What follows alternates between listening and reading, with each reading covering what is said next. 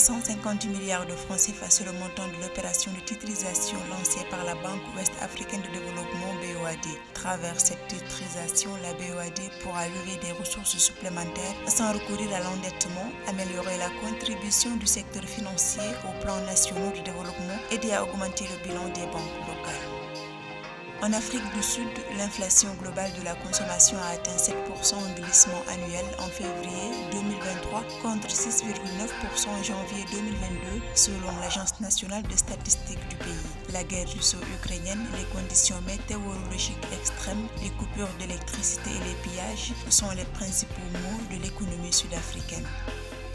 À fin février 2023, le Trésor public de la République démocratique du Congo a enregistré un déficit budgétaire de 81,1 milliards de francs congolais, soit plus de 40 millions de dollars. Ce déficit de la balance commerciale de la RDC se situe à 277,7 millions de dollars en glissement annuel.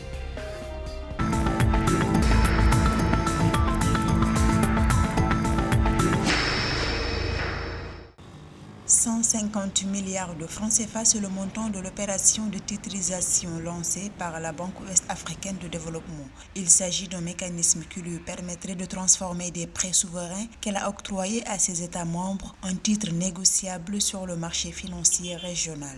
La levée de fonds qui a débuté le lundi 20 mars va se poursuivre jusqu'au 3 avril 2023. L'opération de titrisation que lancent très souvent les banques est une opération qui consiste à vendre des obligations au nom d'un État qui veut faire un emprunt colossal. Quand on sait que les banques très souvent ne disposent pas de suffisamment d'épargne ou de réserve, cette opération qui se passe sur le marché financier n'est rien d'autre qu'un appel de fonds garanti par la banque pour le compte d'un État, c'est-à-dire que donc cet argent sera investi pour l'État central, mais aussi pour les démembrements de cet État-là. À travers cette titrisation, la BOAD pourra lever des ressources supplémentaires sans recourir à l'endettement. L'opération devrait permettre à l'institution de financer en partie son programme stratégique d'investissement qui s'étend de 2021 à 2025. Celui-ci cible prioritairement la création d'emplois, la production d'eau potable et de riz, la construction de routes, le PIB des États, la production d'énergie et la réduction des émissions de CO2.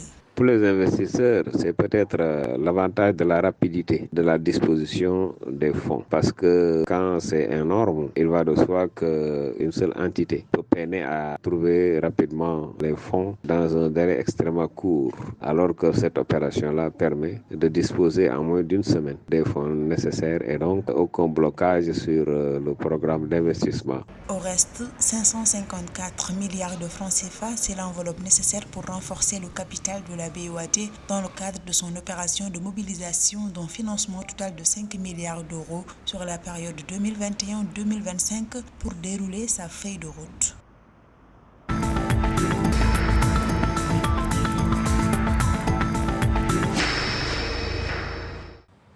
L'inflation globale de la consommation en Afrique du Sud s'est située à 7% en glissement annuel en février 2023 contre 6,9% en janvier 2022. Cette hausse des prix pourrait être alimentée d'une part par les coupures d'électricité à l'échelle nationale, selon les données de l'Agence nationale de la statistique d'Afrique du Sud.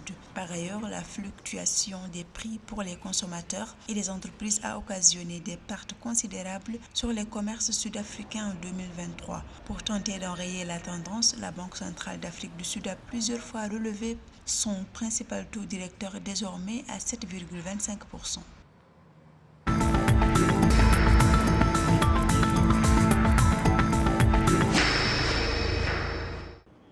Le déficit budgétaire de la République démocratique du Congo, RDC, s'est creusé de 81,1 milliards de francs congolais, soit plus de 40 millions de dollars, à fin février 2023. Cette situation résulte de l'augmentation des dépenses de l'État congolais. Celles-ci se sont estimées à plus de 500 millions de dollars au cours de cette période. Par contre, les recettes mobilisées se sont arrêtées à près de 467,6 millions de dollars.